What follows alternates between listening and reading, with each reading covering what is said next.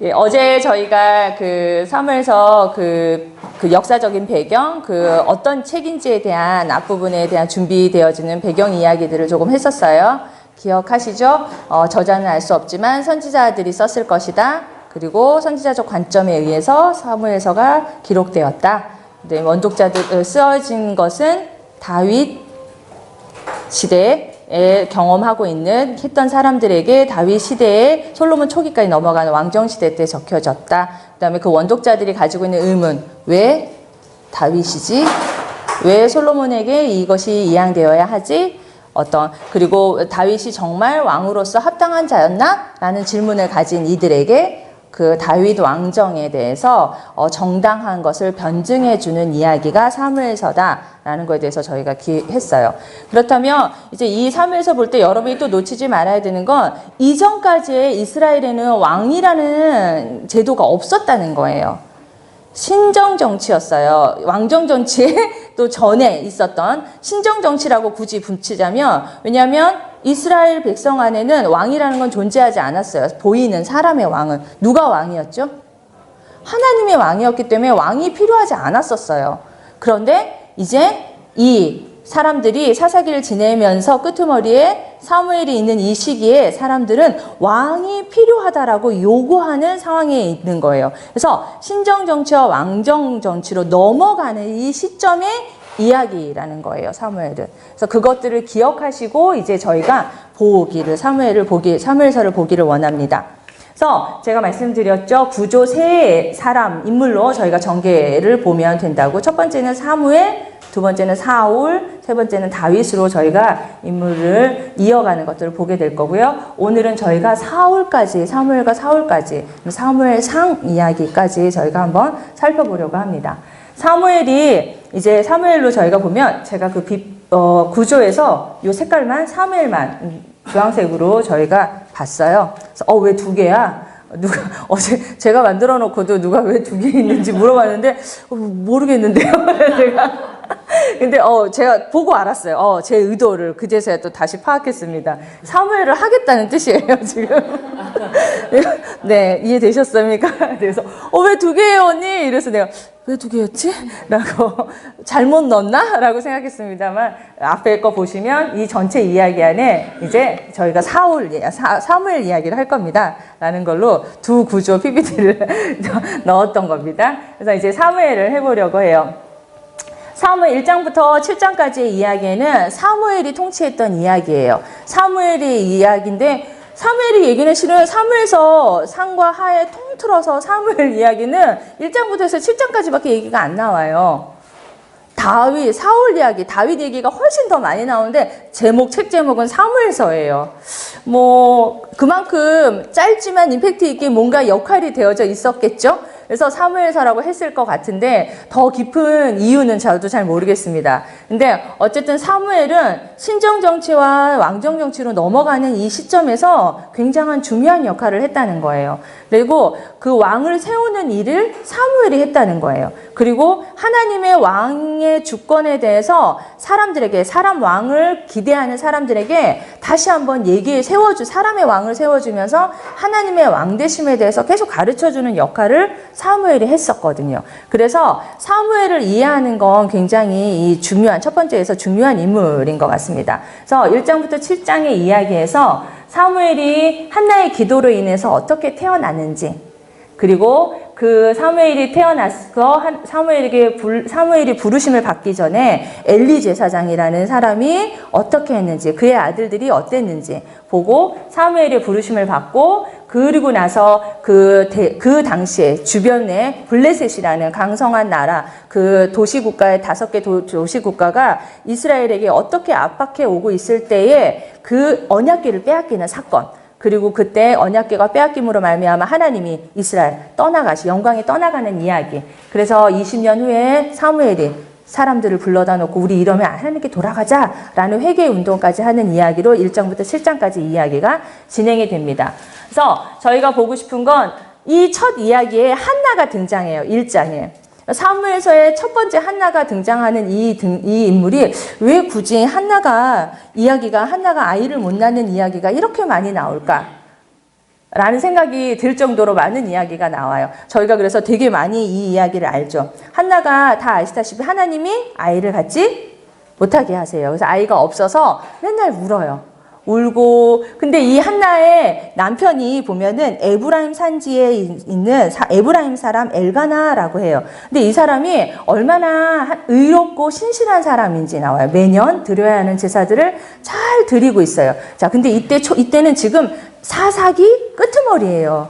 그러니까 사사기의 배경으로 살고 있는 엘가나는 그런데 의로운 사람인 거예요. 하나님께 제사를 정기적으로 잘 드렸다라는 건 엘가나는 아주 의로운 사람이었어요. 가서 제사도 열심히 잘 드렸어요. 그래서 가서 드리긴 했지만 이 부인 둘 중에 한 부인이 한나가 아이를 못 낳음으로 말미암아 굉장히 슬퍼하고 어려워하고 있었죠. 그래서 하나님 앞에 가서 맨날 기도하고 하지만 이 안에 있는 그 응어리들이 화가 나는 것들을 괴롭게 되는 이 격분케 되는 것들을 해결이 안 되는 거예요. 거기다가 덧붙여서 또 다른 부인이 자기를 또 격분케 하는 말들로 인해서 속에서 이제 불이 나고 있는 중이었어요. 그래서 얼마나 불이 났는지 여기 표현해 보면은 그가 먹지도 못했다고 얘기해요.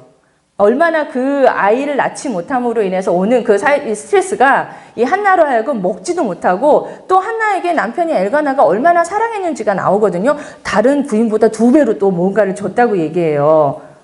그래서 더 많은 것들의 사랑을 받고 있음에도 불구하고 한나는 무엇 때문에? 아이가 없는 것으로 인하여서 이 속에서 격분하고 괴로워하고 하나님 앞에 울었어요. 기도했어요. 그 사람 엘가나가 사랑해주고 남편이 사랑해주고 무언가가 자기에게 더 많은 것들이 있지만 본인이 원하는 것들을 하나님 앞에 자식이 없음으로 인하여서 그 울부짖는 한나의 기도를 하나님께서 생각하고 기억하고 계셔서 들어주셨다는 거예요. 그래서 그를 하나님 여호와께서 그를 생각하셨어요.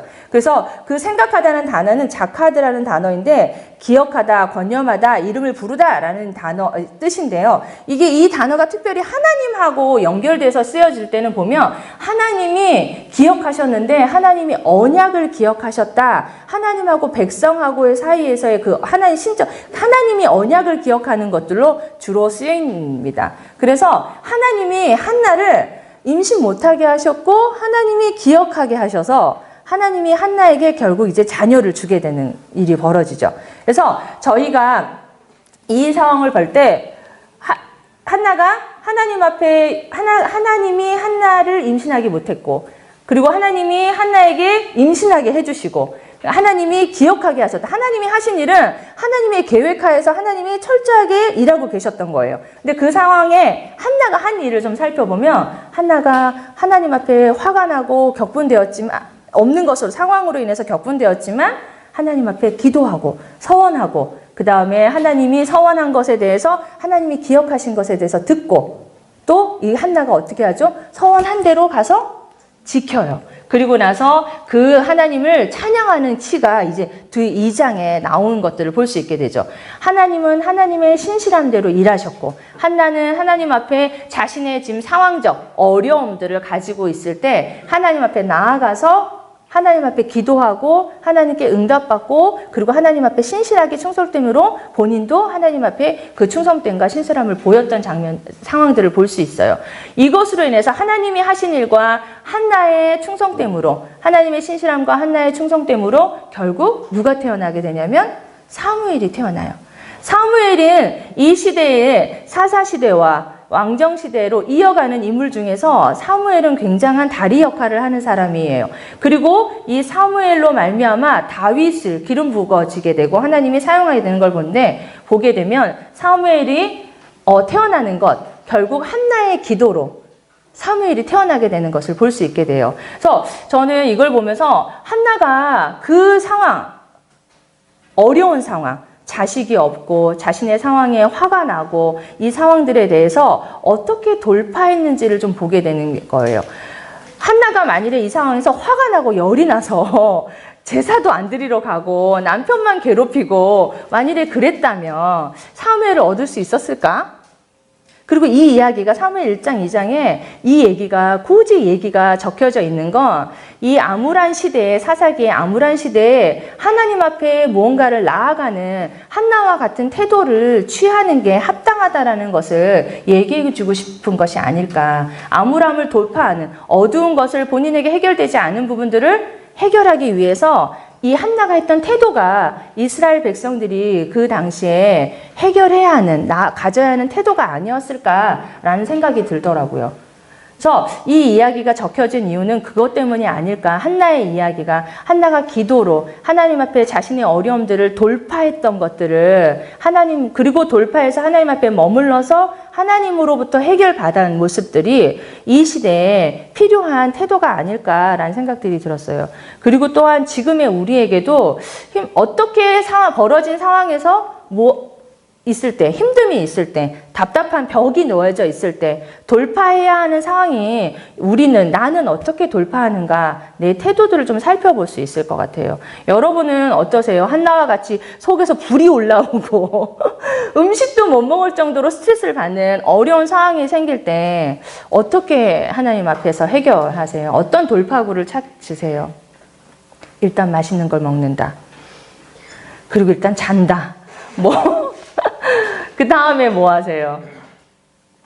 중요한 건 힘듦이 있을 때 그때 하나님이 나를 버리신 것이 아니라 하나님 앞에 나아가야 하는 기회인 것에 대해서 기억하는 게 중요한 것 같아요. 그리고 그 하나님 앞에 나아가야 하는 기회라는 걸 기억하기 위해서는, 그것을 행동으로 옮기기 위해서는 하나님이 절대적으로 이것을 해결해 줄 만한 분이라는 신뢰가 없으면 못 나갈 것 같아요. 그렇죠? 우리도 그냥 기본적으로 사람을 먼저 찾게 되어 있잖아요. 왜냐하면 사람을 찾을 때도 아무나 찾지 않잖아요. 이거 내 문제를 좀 해결해주고 도움을 줄 만한 그런 사람을 먼저 막 찾지 않으세요? 그 사람에게 가서 도움을 먼저 청하잖아요. 근데 그 사람을 찾아가는 이유를 잘 살펴보세요. 도움이 될 만한 사람한테 찾아가지 쓸데기 없는 사람한테는 찾아갈 수 없잖아요. 그렇다면 우리가 하나님 앞에 나아갈 때 우리의 마음가짐에 하나님이 나를 도와줄 만한 절대적인 분이라는 이 한나가 가지고 있는 믿음과 같은 것들이 있었어야 되는 것 같아요. 화를 내더라도, 하나님 앞에 짜증을 내더라도 하나님 앞에 나아가서 하나님께 한나와 같은 태도를 하는 것이 중요하지 않을까라는 생각들이 들었어요. 그래서 한나는 이 하나님이 하신 일과 자신이 하나님 앞에 신실하게 나아가서 기도하고 돌파했던 이것으로 인해서 사무엘을 얻게 된 거죠. 한나가 하나님 앞에서 이 큰 소득은 사무엘을 얻은 것만이 큰 소득일까요? 한나의 정말 큰 소득은 사무엘로 말미암아 하나님이 어떤 분이신지에 대해서 경험하게 된 것이 가장 큰 소득이라고 저는 생각이 들어요. 2장에 보면 한나의 노래를 보면 한나가 하나님이 어떻게 신실하신 분인지에 대해서 계속 노래해요.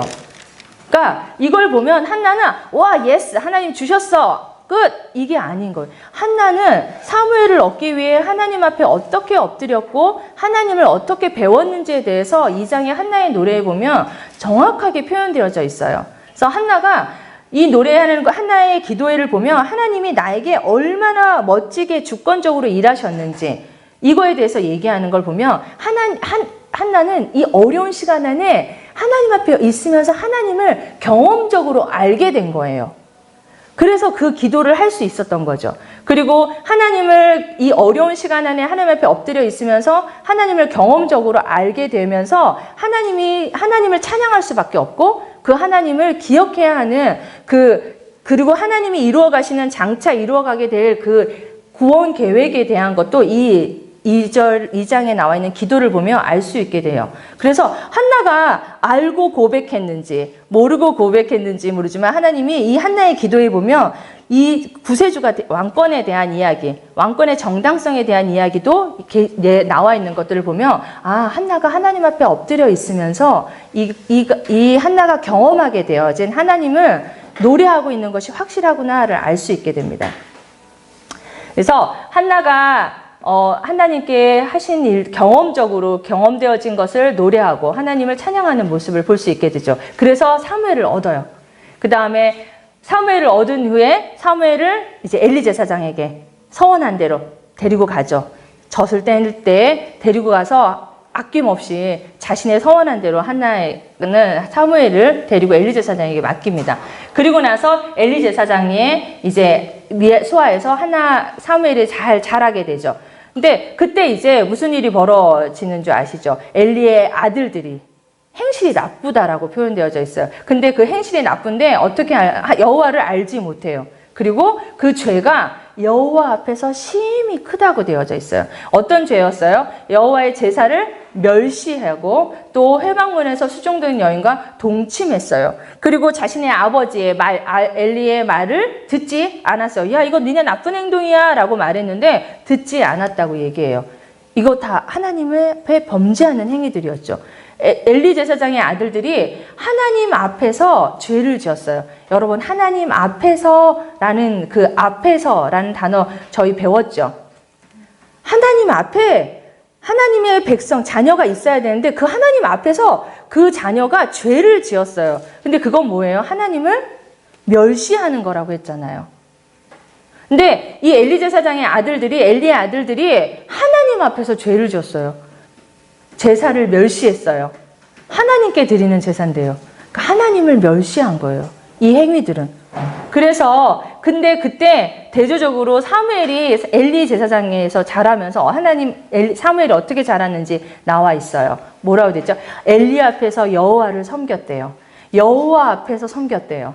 또 여호와 앞에서 자라났대요. 이게 뭐예요? 하나님을 알아가는 모습을 볼 수 있어요. 그래서 이 하나님 앞에서 자라가고 하나님 앞에서 섬기고 엘리 제사장 앞에서 잘 자라남으로 말미암아 사무엘은 하나님과 사람에게 사랑받고 은총받는 사람이 되었어요. 제사장의 역할은 하나님과 사람 앞에서 어떻게 해요? 죄에 대해서 책망해주고 다시 거룩할 수 있도록 도와줘야 하는 역할을 해야 하는 게 제사장의 역할인데 제사장 엘리의 아들들은 그 역할들을 온전히 하고 있지 못하는 모습들을 보게 돼요. 그래서 하나님이 징계하시죠. 그리고 하나님이 이렇게 말씀하세요. 나를 존중히 여기는 자를 내가 존중히 여기고 나를 멸시하는 자를 내가 경멸하리라 라고 얘기해요. 자, 엘리의 아들들이 하나님을 어떻게 했어요? 멸시했어요. 어떻게 해요? 하나님 앞에서요. 하나님의 제사를 멸시했죠. 그래서 하나님이 나를 존중히 여기는 자는 내가 존중히 여기지만 나를 멸시하는 자는 나 멸시할 거야. 경멸할 거야 라고 말씀하세요. 그래서 그 징계로 이제 하나님의 멸시함으로 엘리 가문에 저주가 내리고 또 하나님이 이제 그 저주로 말미암아 이제 일들을 패배하게 되고 비느하스와 옴니가 죽게 되는 상황들이 이제 벌어지게 됩니다. 그리고 사무엘은 하나님으로부터 더 은총을 받고 제사장으로서 또 선지자로서의 온 이스라엘 안에 인정받게 되어지는 모습을 대조적으로 가게 되죠. 이제 이 4장에서 7장의 이야기를 이제 저희가 이 구조로 좀 살펴봤는데요. 맨 위에 에벤에셀 전투의 패배와 7장의 에벤에셀 전투의 승리 두 이야기가 대조적으로 나와 있는 이 두 이야기를 가지고 그 안의 이야기를 저희가 한번 해보려고 합니다. 처음에 이제 이 블레셋 사람들이, 그 당시에 블레셋 사람들이 에벤에셀의 그 아벡에 진을 치기 시작해요. 그러니까 이제 이스라엘 사람들도 전쟁에 준비를 해야 돼서 에벤에셀에 진을 치죠. 그래서 이제 전쟁이 이제 벌어지게 됩니다. 그래서 아벡은 저쪽 블레셋 사람들이 진 친 곳이고, 그래서 아벡 전투라고도 하지만 이스라엘 입장에서는 에벤에셀 전투인 거예요. 에벤에셀 진을 쳤기 때문에. 그래서 에벤에셀에서 진을 치고 이제 전쟁이 일어나게 되죠. 근데 이 전쟁이 이 엘리 제사장의 아들들의 그 죄로 말미암아 이 전투에서는 패배하게 돼요. 하나님이 패배하게 만드세요. 근데 이때 전투의 첫 번째 패배하고 나니까 사람들이 어떡하지? 우리 왜 이 전쟁에서 졌지? 하나님이 우리랑 함께 하실 텐데 라고 생각했겠죠. 그래서 어떻게 하냐면 이스라엘 사람들이 저기 실로에 있는 하나님의 언약궤를 가져오자. 그럼 우리가 이길 거야 라고 생각하는 거예요. 그래서 언약궤를 가져오자고 얘기를 하는 거예요. 뭐예요? 하나님을 전쟁에 이용하는 거죠. 언약궤를 가져옴으로 말미암아 전쟁에 이길 거라고 생각해요. 근데 결국 지죠. 져서 어떻게 되냐면 언약궤를 빼앗기게 되는 거예요. 그래서 언약궤가 빼앗기고 그 빼앗기는 사실을 이제 전쟁에 나간 옴니와 비느하스가 이제 소식을 거기서 죽게 되는 소식을 엘리가 듣게 되는 거죠. 그래서 엘리와 목이 부러지고 엘리 제사장이 죽게 되고 옴니와 비느하스도 죽게 되는 이 상황들, 하나님 앞에서 죄를 범함으로써 죽게 되는 상황들이 벌어지고 그 소식을 전했을 때 어때요? 며느리가 아이를 놓으면서 하나님의 영광이 떠나가 버리는 상황이 벌어져요. 근데 이 7장에 갔을 때 에베네셀 전투에서 다시 승리하게 되는 상황이 벌어져요. 이때는 어떤 일이 벌어지냐면 언약궤가 돌아온 사건 이후에 언약궤가 돌아오고 그 다음에 언약궤로 돌아온 20년 후에 사무엘이 사람들을 불러 모으고 야 우리 하나님께 다시 돌아가야 돼. 하나님이 우리를 구원하실 수 있는 분이야 라는 이야기를 하므로 그때 이 블레셋 사람들이 뭐야? 이스라엘 사람들 다 다시 뭉쳤어? 20년 만에? 내가 다시 가서 전쟁을 해야지 라고 했을 때 다시 전쟁했을 때는 이 이스라엘 사람들의 마음의 상태가 한번 에베네셀 전투 20년 전에 졌었잖아요. 언약궤도 빼앗겼죠. 제사장도 죽었죠. 이 경험이 있었는데 사무엘이 다시 사람들을 불러서 회개한 후에 전쟁에서는 이기게 되는 상황을 벌게 되거든요. 요 4장과 7장의 대조적인 이 이야기, 같은 에베네셀에서 벌어지는 전투인데 한 번의 전투는 실패함으로의 모습이고 두 번째 전투에서는 7장에서는 20년 후에는 에베네셀에 똑같은 전투가 있지만 이 이스라엘의 태도가 다른 것들을 보게 돼요. 사무엘이 사람들을 하나님께 돌아가야만이 우리가 이길 수 있는 것에 대해서 이야기했을 때 돌아가서 하나님의 도우심을 받을 때 에베네셀 전투에서 이기는 장면이 나오죠. 그래서 4장과 7장의 두 에베네셀 전투가 대조적으로 나오면서 이 가운데 지금 중간에 있는 이 노란색에 하나님이 돌아오시는 이 사건이 굉장히 중요한 위치에 차지하게 되는데요. 뭐냐면 전투에서 4장에서 첫 번째 에베네셀 전투에 졌을 때 블레셋 사람들이 언약궤를 뺏어갔잖아요. 뺏어간 사건이 있은 후에 이제 이들이 한번 이제 지도를 보시면요. 자, 실로에서 하나님을 이 법궤를 이용해서 어떻게 해요? 저 이거 사용해보고 싶었어요. 이 실로에서 이 아벡이라고 되어 있는 여기가 에베네셀이에요. 에벤에서 전투가 벌어졌을 때 어떻게 해요? 첫 번째 졌을 때 우리 데리고 오자. 뭐를요? 하나님의 언약궤를 가져오자. 이길 거야 라고 생각한 거예요. 그래서 다시 와서 여기서 전투했는데 어떻게 됐어요? 졌어요.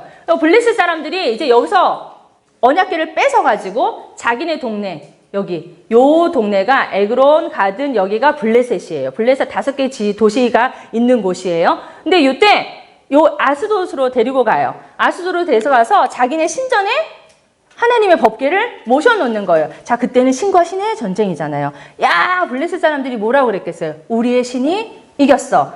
이스라엘 신의 상징적인 법궤를 자신의 신의 그 블레셋 신의 아스돗 그 도시에 갖다 놨단 말이에요. 근데 무슨 일이 벌어져요? 그 다음날 했더니 블레셋 신이, 다곤 신이 어떻게 되어 있냐면요. 댕강, 목이 분질러져 넘어져 있어요. 이거 뭐야? 그 다음날 갔더니 팔다리가 분질러서 또 넘어져 있어요. 이거 뭐지? 이게 무슨 일이지? 라고 생각했겠죠. 그리고 나서 또 무슨 일이 벌어져요? 여기 아솔에 독종이 번지기 시작해요. 전염병이 막 번지기 시작해요. 이거 무슨 일이지? 이거 무슨 일일까? 생각해요. 그래서 안 되겠다. 이 가드로 다시 옮겨요. 법궤를요. 근데 가드 시민들이 이 법궤가 오는 거 보고 뭐야? 지난번에 아스돗에 지금 난리 났었는데? 막 있었는데, 아니나 달라. 무슨 일이 벌어져요? 또 똑같이 독종이 일어나는 거예요. 그러니까 이제 이들이 가드에서 다시 에그론으로 보내는 거예요. 에그론에서 무슨 일이 벌어지겠어요? 절대, 반대, 아마 데모가 일어났을 거예요. 난리가 났어요. 에그론 사람들이, 야, 이거 안 돼. 이거는 원인이 분명히 있을 거야. 그래서 어떻게 하냐면 이들의 제사장들이 이거 안 되겠어. 이 이스라엘 신이 노여워서 이러는 것 같으니까 우리 이 신을 달래는 속건제를 드려서 돌려보내자. 근데 돌려보내자니 생각해보니까 이거 진짜 얘네 신 맞아? 얘네 신의 손이 이렇게 우리한테 한 거 맞아? 이거 좀 점검해봐야 될 것 같은데? 라는 생각이 드는 거예요. 그래서 이제 이들이 돌려보내기로 결정하고 속건제물을 그 금쥐 현상이랑 그 독종 현상, 금으로 만든 것들을 채워 넣어서 이제 이들이 제로 게임을 시작하는 거예요. 뭐냐면 아무것도 생길 수 없는 확률, 절대로 생길 수 없는 확률을 만드는 거예요. 그래 놓고 이제 아무것도 안 될 확률을 딱 만들어 놓고 그렇게 되면 그건 니네 신이 한 거야. 이스라엘 신이 라고 하는 거예요. 근데 그 조건이 뭐냐면 자, 한 번도 멍에를 매지 못한 소, 그리고 얼마 전에 새끼를 낳아서 젖을 먹이는 소. 확률적으로 불가능한 이 조건을 계속 갖다 놓는 거예요. 그리고 또 뭐냐면 이 에그론에서 베스메스로 가는 그 언덕길에다가 그 수레를 놓는 거예요. 그러면 가는 길에 똑바로 갈 확률이 없는 길에 이제 놓고, 자, 이제 똑바로 가고 잘 가면 이거 이스라엘 신이 우리한테 한 거야 라고 제로 게임을 시작한 거죠. 근데 어떻게 돼요? 똑바로 가요. 그래서 이 언약궤가 이 베스메스로 가는 상황이 벌어지는 거예요. 그래서 베스메스에 그래서 언약궤가 돌아와요. 자, 이거 누가 했어요? 사람들이 가져온 게 아니라 하나님 스스로 돌아오시는 거예요. 하나님 스스로 이스라엘 사람들이 하나님을 이용해서 언약궤가 빼앗겨서 블레셋으로 간 이 상황에 하나님 스스로 하나님 스스로가 이스라엘 땅으로 돌아오시는 상황이 벌어지게 되는 거예요. 베스메스에 돌아왔어요. 돌아왔는데 이 어떤 일이 벌어지죠? 베스메스의 사람들이 와, 언약궤 돌아왔다 하고 뭐예요? 언약궤를 쳐다봤어요. 그래서 베스메스 사람들이 죽었어요. 왜요? 언약궤는 우리 배웠잖아요. 언약궤는 쳐다보면 안 돼요. 근데 이들이 얼마나 하나님의 율법을 모르고 있었는지도 볼 수 있는 거예요. 규칙을 몰랐던 거, 원칙을 몰랐던 거예요. 그래서 베스메스의 사람들도 죽어요. 괴를 본. 그래서 이 하나님이 스스로 사람들이 오마이갓 도와주세요. 하나님이 제 노트북에 어제 좀 손을 봐서 될 줄 알았어요. 내가 건드렸나 봐요. 네, 하나님이 이스라엘 백성들이 하나님을 이용해서 빼앗겼던 그 하나님의 언약궤를 하나님 스스로 돌아오게 만드는 일들이 벌어지게 되는 거예요. 그러면서 이 원독자들은 그때 어떤 마음이 들었겠어요? 아, 우리가 하나님을 너무 모르고 있었구나. 하나님은 어떤 분인지에 대해서 알 수 있었겠죠. 그래서 이 이야기로 이제 저희가 사무엘의 이야기가 다 마치게 돼요. 그래서 8장으로 이제 드디어 사울이 등극하는 이야기로 저희가 가게 됩니다. 사울의 등극 이야기는 백성들이 사무엘 제사, 엘리의 아들들도 하나님을 알지 못하고 행실이 악했는데 되게 재밌는 건 사무엘의 아들들도 옳지 않은 모습, 부모의 모습을 따라가지 않았던 것 같아요. 그래서 이제 백성들이 하나님께 그들의 모습을 보고 왕을 요구하게 되고, 또 그래서 하나님이 결국 왕 세워라 라고 해서 사무엘이 사울을 세우는 이야기, 그리고 사울이 어떻게 전쟁에서 승리하게 되고 또 어떻게 범죄해서 하나님 앞에 버려지는 이야기가 8장에서 15장의 이야기가 진행이 됩니다. 그래서 이제 백성들이 이제 사무엘이 늙었고 사무엘의 아들들이 이제 사사로 세워졌어요. 근데 보면은 그 사무엘의 아들들이 판결을 굽게 했대요. 판결이 굽었다는 건 무슨 뜻이에요? 옳지 않았다는 걸 얘기하는 거예요. 판결은 곧아야 돼요. 판결은 올바라야 하는데 판결을 굽게 했어요. 누가?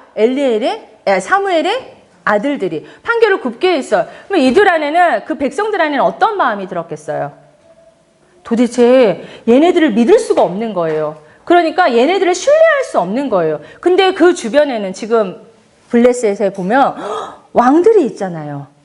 이들은 불안한 거예요. 보이는 누군가가 우리를 온전하게 판결을 곱게 하고 우리에게 다른 나라의 왕들처럼, 지도자처럼 우리를 온전하게 해줄 지도자가 필요하다는 것을 절실히 느끼기 시작하는 거예요. 우리 사사기에서 보셨죠? 온전하지 못한 사사들을 계속 봤잖아요. 이 끄트머리에 엘리, 사무엘, 좀 괜찮은 리더였던 것 같은데 그 아들들이 계속적으로 온전하지 못한, 하나님 앞에 온전한 리더의 모습을 보이지 못하는 것들을 보고 이 백성들 안에는 안 되겠어. 우리에게도 왕이 필요해.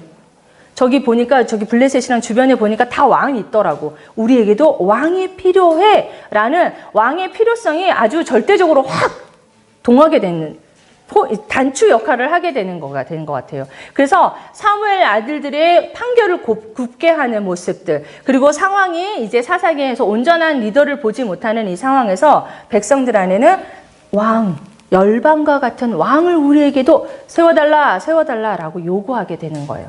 그래서 백성들이 원하는 왕은 이런 왕인 거예요. 우리나라도 모든 다른 나라와 같이 우리를 다스리는 왕을 좀 세워줘라고 얘기해요. 그리고 뭐냐면 우리 앞에 나가서 우리의 싸움을 대신 잘 싸울 왕을 세워줘라고 이제 요구하는 거예요. 근데 이들이 요구하는 왕을 잘 살펴보세요. 이들이 요구하는 왕은요, 하나님을 신뢰하지 못하는 거예요. 태도에서 나온 거죠. 왜냐면 보이는 사람을 이제 우리를 대신해서 싸울 누군가의 사람. 왜냐면 주변에 이 이스라엘 사람들이 계속 보아온 것들은 뭐예요? 블레셋이나 주변의 왕들을 봤거든요. 우리도 이런 강력한 지도력이 있는 왕이 있으면 좋겠어. 그리고 눈에 보이는 왕이 필요하다고 생각하는 거예요. 근데 이때까지 하나님은 이스라엘의 왕이셨어요. 하나님의 싸움을 하나님은 계속 싸우셨어요. 하나님의 싸움을 싸우는 것에 대해서 이들은 믿지 못하는 거예요. 보이는 것을 빨리 보여달라고 하는 거예요. 안 보이는 하나님을 더 이상 신뢰할 마음을 가지지 못하는 거죠. 불안한 거죠. 불신앙이죠. 이들 안에 그래서 보이는 하나님이 아닌 보이는 사랑, 보이지 않는 하나님으로는 만족스럽지 못하는 거예요. 안정감을 가지지 못해서 보이는 왕을 달라고 요구하게 되는 거죠. 그래서 사무엘이 아니야 기뻐하지 않았어요. 이 요구에 대해서. 근데 하나님이 말씀하시죠. 아니야, 너한테 뭐라고 하는 게 아니라 저들이 나를 버린 거야 라고 얘기하세요. 하나님 마음이 때문에 완전 속상하셨을 것 같아요. 저는 아직도 기억나요. 저희 딸이 큰애가 저한테 저의 정체성을 흔들리는 첫 번째 말 중에 하나가 그거였었어요. 엄마 미워! 이 말이었어요. 근데 제가 아이를 낳아서 수유를 하고 아이를 이유식을 먹이고 이런 과정이 엄마들이 한 2, 3년은 정말 힘든 시간을 보내거든요. 근데 저희 딸이 말문이 터지고 나서 얼마 안 돼서 저한테 엄마 미워! 이러니까 저는 정말 세상이 다 무너지더라고요. 제 정체성은 이 아이의 엄마인데 저보고 저희 딸이 엄마 미워! 라고 말하는데 저 정말 거짓말 안 보태고 제 딸을 두고 방에 들어가서 진짜 한 30분은 울었던 것 같아요. 내가 이거 뭐하러 하지? 내가 얘한테 이렇게 했는데 얘가 나를 싫대요. 나를 미워한대요. 근데 상황이 뭐 엄청나게 제가 얘한테 무슨 학대를 하거나 이게 아니잖아요. 자기가 원하는 것들, 자기가 생각하는 기준에 제가 안 맞았을 거라는 거죠. 근데 제 딸이 저한테 엄마 미워! 라고 말하는데 전 정말 마음이 확 무너지더라고요. 그래서 첫 아이여서 더 그런 마음이 있었던 것 같아요. 그러나서 이제 그 뒤로는 그 말을 아주 많이 들어도 제가 아주 강건해져서 그 말이 저를 어떻게 저의 정체성을 흔들지 못하게 되긴 했지만요. 저는 그때의 마음이 잊어버려지지가 않더라고요. 그래서 가끔 제 딸이 이제 저한테 저에 대해서 좋아하지 않는 좀 불편한 마음들을 할 때마다 야, 나도 사람이야. 그런 말 하면 싫어. 기분 나빠. 난 하나님이 아니야. 라고 가끔 얘기해줘요. 그럼 이제 저희 딸이 좀 커서 이제는 그런 얘기가 되지만 그 어릴 때는 그 엄마 싫어 라는 말이 저한테 너무너무 어려움이 됐었거든요. 근데 저는 이 상황을 딱 보면서 하나님이 야, 쟤네가 나 싫다고 버린 거야. 라고 말하는 이 상황이 저희 딸이 저한테 엄마 미워! 라고 했던 그 상황이랑 확 오버랩이 되면서 막 이해가 되는 거예요. 하나님 마음 진짜 아프셨겠다. 너무 속상하셨겠다라는 생각이 들더라고요. 이스라엘 백성들은 하나님을 왕되심을 인정하지 않고 하나님을 버리는 행위였어요. 그래서 왕을 요구했어요. 사무엘은 완전 이거 아니야. 사무엘은 하나님이 어떤 분이시고 어떻게 해야 되는지 알고 있는 자였기 때문에 사무엘은 기뻐하지 않았어요. 근데 하나님이 말씀하시죠. 너를 버린 게 아니라 나를 버린 거야. 이들이 요구하는 거는 열방의 왕, 보이는 왕을 찾아달라고 하는 거야. 내가 이 열방의 왕보다 더 위대한 왕이고 더 멋진 왕인데 나 아닌 보이는 왕을 선택한 거야 라고 얘기하시는 거죠. 이 백성들의 왕을 요구하는 이때 보면 그러면 하나님은 사무엘이 기뻐하지 않는 모습을 보면 하나님이 이 왕을 세우는 왕정제도를 싫어하시나? 라고 생각할 수 있잖아요. 근데 이 왕정제도는 실은 하나님은 이미 예견해 놓으셨던 상황인 것 같아요. 그래서 아브라함 때 보면 창세기에 보면 하나님이 왕이 나타날 것에 대한 이야기를 하시거든요. 또 보면 신명기 17장에 보면은 왕을 세울 때의 조건을 기록해 놓았어요, 이미. 그러니까 하나님은 이미 왕이 나올 것에 대해서, 사람들이 왕을 요구할 것에 대해서, 그리고 왕이 필요한 것에 대해서 하나님은 알고 예견하셨던 거죠. 그러니까 대답하며 하나님은 왕정제도를 싫어하시나? 대답하면 이 대답은 no예요. 하나님은 싫어하시는 게 아니에요. 왕정제도를 싫어하시는 게 아니라는 거예요. 하나님이 또 보면 사사기에도 보면 아시죠? 스스로 왕이 되려고 했던 아비멜렉 이야기를 가운데 두면서 왕이 없음으로 계속 얘기하잖아요. 그건 진정 왕이 보이는 왕의 강력한 지도력을 가진 왕이 없음으로 너네가 이렇게 되어져 가고 있고, 아비멜렉 같은 스스로 왕이 되려고 하는 자가 옳은 왕의 모습이 아니다라는 모습을 계속적으로 보여주고 있잖아요. 그래서 하나님은 계속 말씀하시는 것은 예견하고 계셨던 것은 왕정제도를 싫어하시는 건 아니라는 거예요.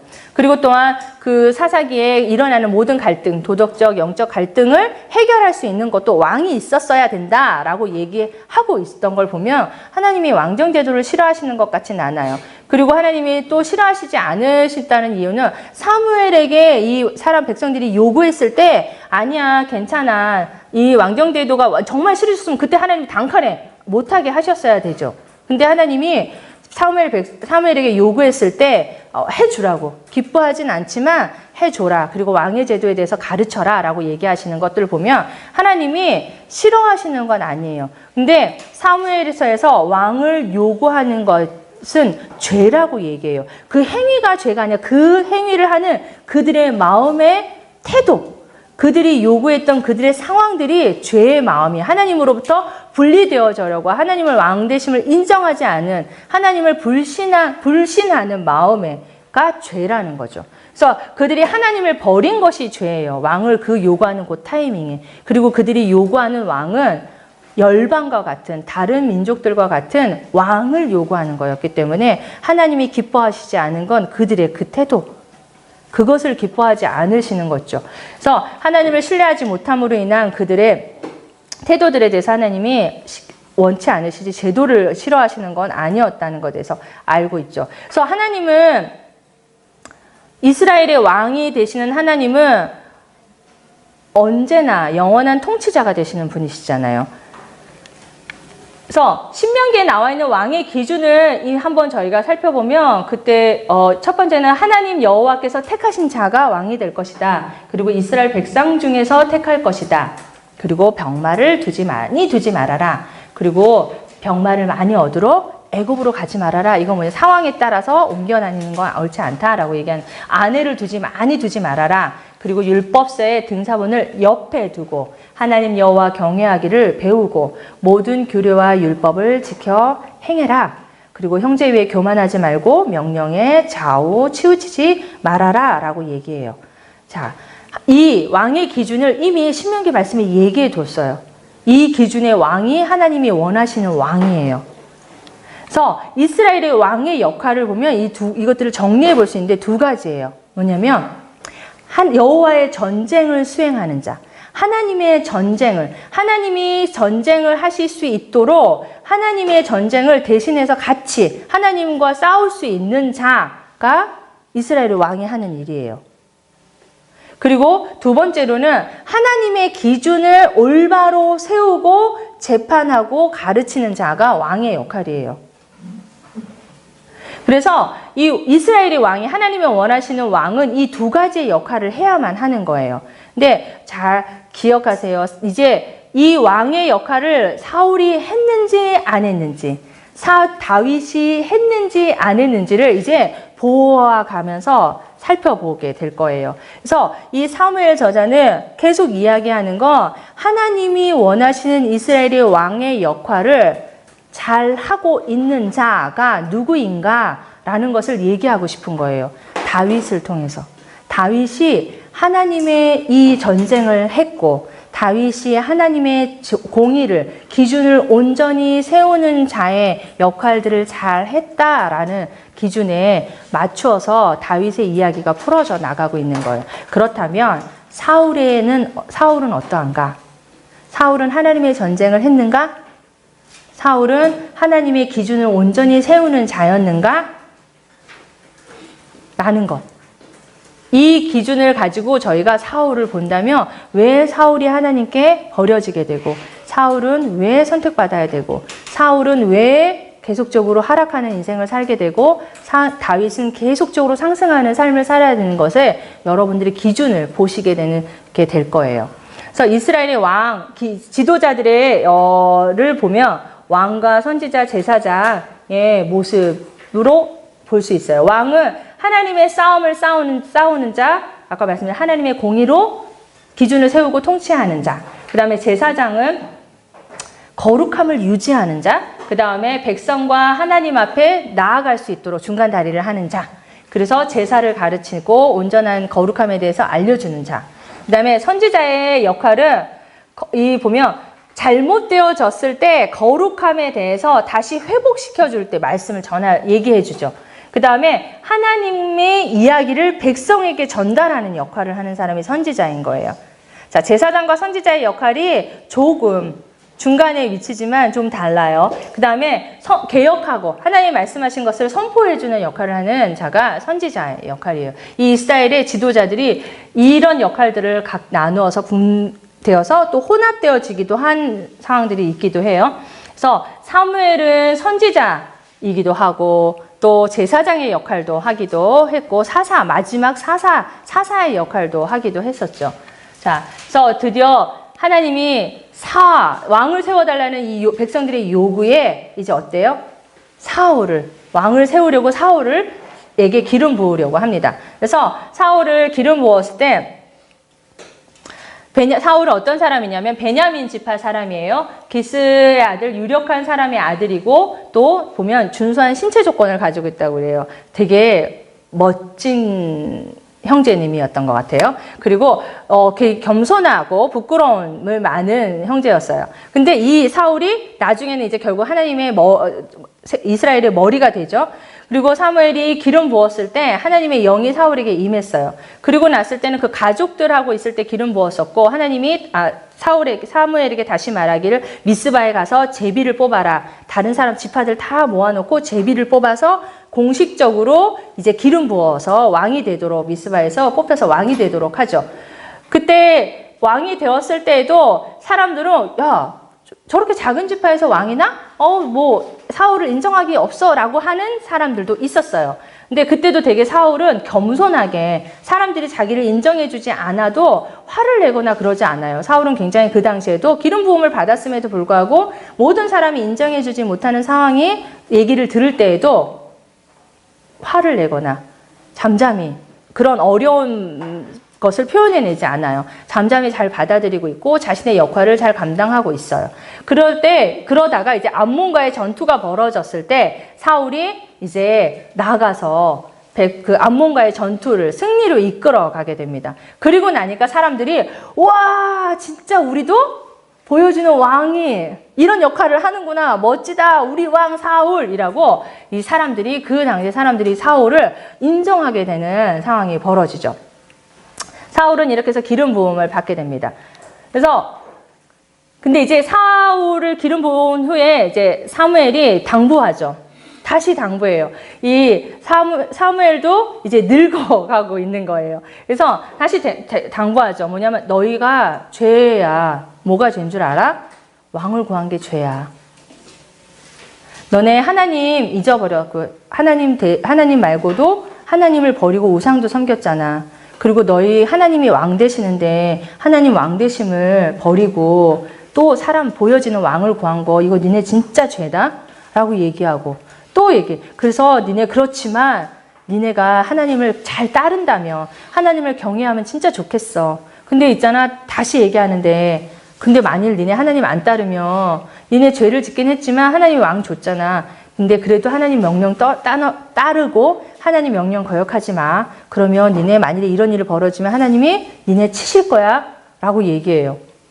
그리고 나서 또 그 반복적으로 또 얘기해. 야, 니네 진짜 죄진 거야. 그거 하나님 앞에 왕 구한 일은 진짜 죄거든? 라고 또 얘기하고. 그리고 진짜 하나님 따랐으면 좋겠어. 마음을 다해서 하나님을 섬겨. 라고 또 얘기해요. 그리고 나서 또 만일 니네 이렇게 안 하면 있잖아. 어떻게 되는 줄 알아? 멸망할 거야. 라고 이 패턴으로 사무엘이 당부의 당부를 얘기해요. 그래서 사무엘이 얼마나 이들이 하나님 앞에서 하나님을 버리려고 왕을 구한 이 행위가 이 마음의 태도를, 이스라엘 백성들의 마음의 태도를 너무 잘 알았던 것 같아요. 이거 니네 진짜 죄야. 하나님이 왕 되심을 인정해야 되는데 니네 이거 잘못한 거다? 근데 내가 끝까지 니네 같이 기도할게. 계속 이대로 하나님 앞에 나아갔으면 좋겠어. 라고 하나님 잊어버리면 안 돼. 하나님만 섬겨라고 사무엘이 당부하는 이야기들가 이제 나오게 되죠. 하나님의 불성실함에도, 이스라엘 백성들의 불성실함에도 하나님께서 끝까지 너희들을 포기하지 않을 거니까 니네 죄를 인정하고 하나님을 붙들어라고 얘기하는 이 모습들을 보면서 사무엘이 그 신정 정치에서 왕정 정치로 넘어가는 과도기에서 이 리더가 가지고 있는 갈등과 이 염려가 전 조금 이해가 됐어요. 그리고 얼마나 리더로서 이 사람들에게 당부하고 싶고 이것이 얼마나 잘못되고 있는지 얘기해주고 싶어하는 이 마음들이 조금 저는 이 장을 읽으면서 느껴지더라고요. 그러면서 이 사무엘의 당부의 이 얘기는 결국 니네 죄를 졌고 왕정을 구하는 왕정체제로 이제 들어가지만 그래도 니네가 살아야 하는 수 있는 유일한 방법은 뭐라는 거예요? 하나님을 섬기는 거예요. 하나님이 원하시는 방법대로 이 왕이 역할을 다할 수 있도록 니네가 하나님을 섬겨야 해 라고 얘기해 주는 거죠. 그리고 나서는 이제 사울이 왕이 되고 나서 이제 사울이 하게 되는 전쟁에 대한 이야기들이에요.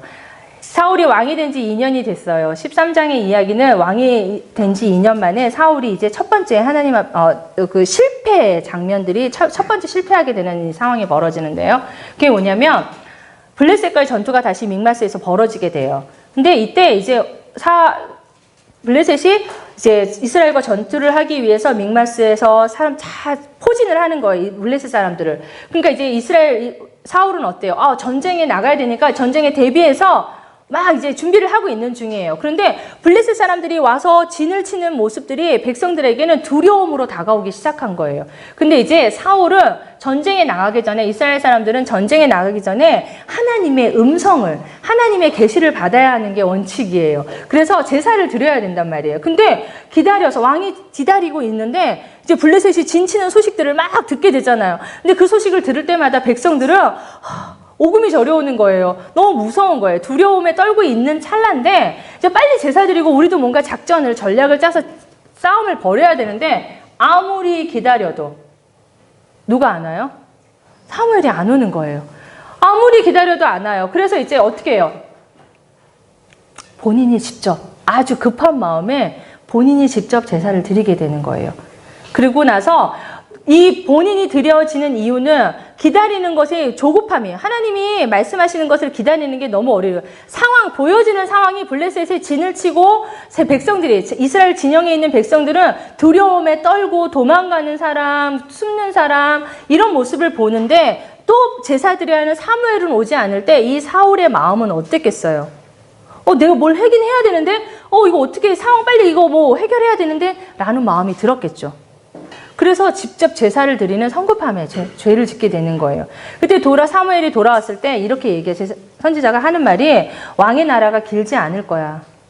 여호와께서 마음에 맞는 새로운 사람을 구하여 백성의 지도자로 삼을 거야. 라고 얘기해요. 그리고 나서 이들은 전쟁을 치르게 되죠. 전쟁에 이겨요. 그리고 나서 이제 15장에 보면 또 사울의 실패의 이야기가 또 한 장에 나와요. 근데 그 사울이 또 실패하게 되는 이야기는 아말렉하고 전투할 때예요. 아말렉 여러분들 기억하세요? 아말렉은 진멸의 대상이에요. 이스라엘이 출애굽해서 가나안으로 올 때 이스라엘을 방해해서 그래서 못 오게 했단 말이에요. 그때 하나님께서 분명히 아말렉을 진멸하라고 말씀하셨고, 또 15장에 그 아말렉하고 전투를 벌이게 되면서 어때요? 하나님이 분명히 말씀하셨어요. 사무엘이 당신 왕이여 여호와의 말씀을 들으소서라고 말해요. 그래서 음성을 듣고 행하라라고 얘기하는데 15장 사무엘이 이 뭐였냐면 진멸하라고 명령한단 말이에요. 진멸하소서라고 얘기하는 것. 근데 사울이 어떻게 하냐면 진멸하지 않아요. 진멸하지 않고 본인의 보기에 좋은 것들을 남겨놔요. 그리고 백성들이 와서 이거 괜찮아. 이거 우리 나중에 전쟁 끝나고 제사 드릴 때 이거 되게 좋아 보이죠. 이걸로 제물 드려요. 라고 얘기해요. 되게 그럴싸하죠.